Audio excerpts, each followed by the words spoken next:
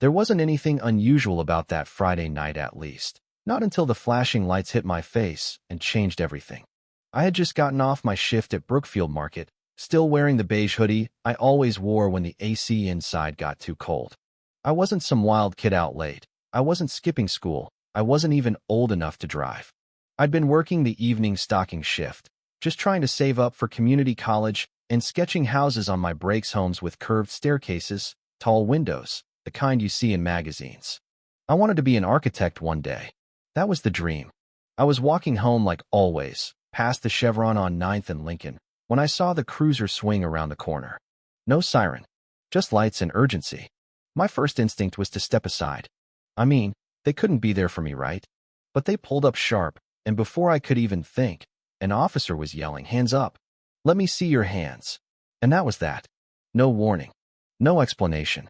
Just orders and guns, and the kind of fear you can feel in your teeth. 3 cruisers boxed me in like I was some fugitive. I stood there, hands up, frozen, still trying to understand what was happening. I remember thinking, do not move. Do not blink wrong. Then came the questions. Where was I 10 minutes ago? Did I have anything on me? Where's the money? What money? I said. He tried to say I just got off work. I had my time card, my store receipt. My sketchbook was in my backpack. They didn't care. They flipped it open, shook it like I'd hidden a gun behind a pencil. One of them muttered into his radio, "Black male, beige hoodie, jeans, thin build, yeah, matches." And that was that. "That's our guy," another said. Just like that. I didn't even know what guy they were looking for. Inside the gas station, Mr. Warren, the night clerk, was shouting. He didn't do nothing. I just saw him. He was in here. But they shut him down, told him to step back. One of the cops kept his hand on his holster the whole time. And I just stood there, locked in place, like I'd fallen into some nightmare I couldn't wake up from. They cuffed me tight enough I couldn't feel my wrists and threw me in the back seat. Not a word of why. Not a warning. Just slammed doors and silence. At the station, they ran my prints, emptied my pockets, took my mugshot. I kept asking, "Can I call my mom?" And they kept saying, "Later." After processing, I sat on a cold metal bench and stared at the floor for hours. That's when I first heard what they were accusing me of: armed robbery. 2 blocks away. Guy in a hoodie. Fled on foot. That's it. That's all it took. No video. No weapon. Just a description vague enough to match half the boys in the city, and I happened to be in the wrong hoodie on the wrong block at the wrong time. I asked if they could check the cameras at the store I'd just clocked out. They said that was up to the court. My public defender showed up the next day. His name was Mr. Dunley. Old briefcase, tired eyes, and a styrofoam cup of coffee he spilled twice while flipping through folders. He barely asked me anything. Just told me I was being held until arraignment. I asked, "Aren't we going to fight this?" And he just shrugged. "Depends on the plea deal." That's when I realized. He wasn't there to help me. He was there to move me through the machine. My mom, Janice, and my stepdad, Ray, got to the courthouse fast. Mom in her slippers, Ray with his fists clenched. They weren't even allowed to see me before the hearing. I came in wearing my one good suit, too tight, the one I'd worn for my honors award last spring. The judge didn't even look up. Didn't blink when Dunley didn't ask for bail. Just said, "Remand until trial," and banged the gavel like the case was already closed. Back in my cell that night, I thought about Ms. Parker, me media and ethics teacher. She once told us, if someone's afraid of you asking a question, that's the question you need to ask. I hadn't thought about her in months. But now her voice came back like thunder. So when I finally got my one call, I didn't call my mom. I didn't call a lawyer. I called her. "Ms. Parker? It's me. It's Jamal." She was quiet for a second. Then she said, "Jamal, what happened?" I told her everything.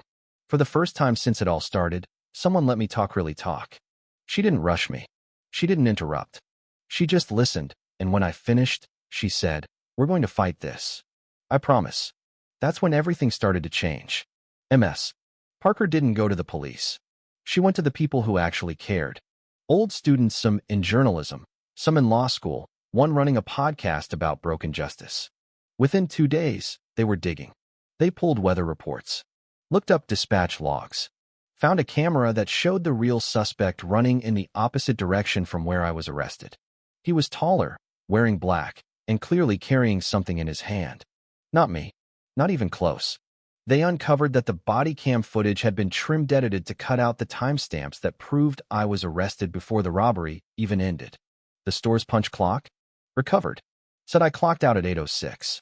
The robbery? 8:14. Impossible math. But it wasn't just about me anymore. They found other kids, black boys. Most liehoed stood in that courtroom, in front of that same judge, and walked out in chains over charges just as flimsy. No lawyers who cared. No evidence that stuck. Just easy convictions. Quiet names that nobody remembered. MS.